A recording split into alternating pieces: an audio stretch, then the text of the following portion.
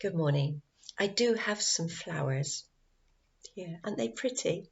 Cyclamen, but I was having trouble with the light, so I've had to move the camera. One viewer was asking me, can I give an estimate on when the end of the world is coming? And no, I can't. The Bible is very clear. Nobody knows the day or the hour. It's in Matthew 24, Mark 13. We know the general era because Jesus said that when you see all these things occurring, that's world wars, earthquakes, famines, etc., etc., then you know that the kingdom is near. But we do not know the day or the hour. So what happened about 1975? So I'm going to try to explain the thought processes of Watchtower as they calculated 1975. And for that, we have to go back to Genesis chapter 1. And in Genesis chapter 1, of course, this is when God took 6 creative days to prepare the earth. The earth was already here, of course, and it took that long to make the earth suitable for man's habitation. Now, Watchtower believed that each of these days was 7,000 years long, and at the time I went along with that. Now, Eve was created, and that was the end of the 6th creative day. The 7th day started, and that was God's Sabbath.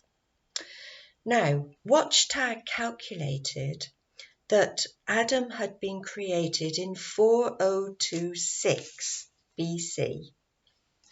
I'll just show you this. Can you see that? 4026.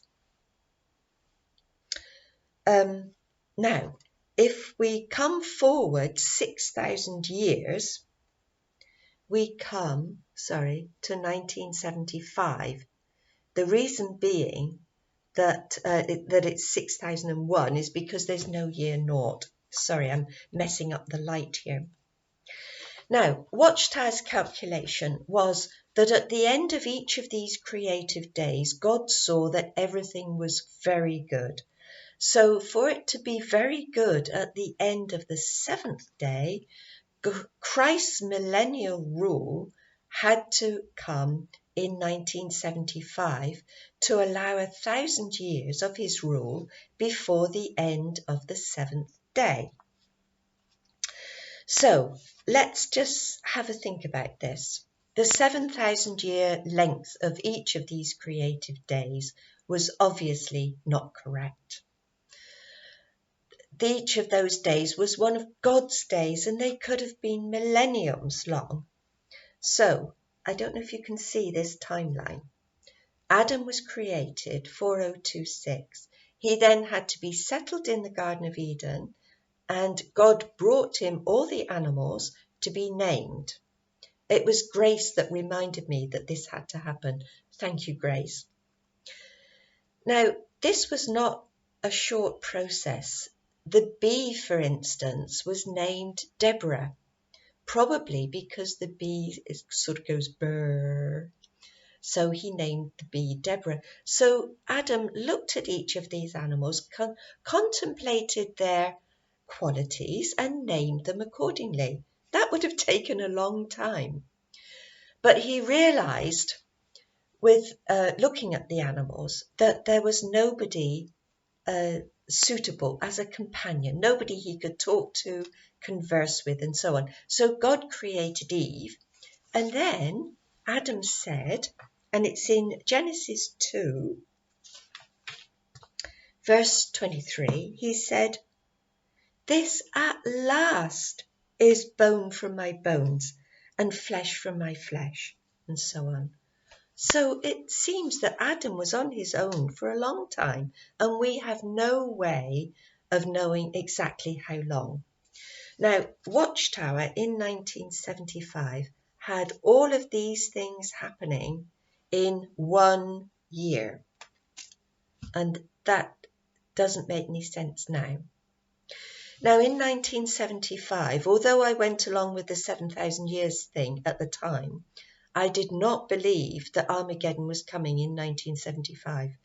The reason being that I thought that Noah, before the flood, had preached for a long, long time. And I couldn't work out exactly how long, but it was over 100 years, I believed. Whether I'm right or not, I don't know. But you see, 1975 from 1914 is only 60 years. And it seemed to me that it was far more important to warn people for a lot longer than 60 years that the end of the world was coming. So even in those days, I was becoming independent. I didn't say anything, of course, because if you said anything, you would be castigated for destroying people's faith in the governing body. So anyway, 1975 came and went, and we quietly discarded the 7,000 year teaching on each of those creative days.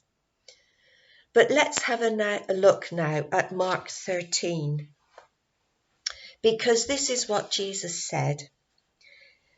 Be on your guard, stay awake, because you never know when the time will come.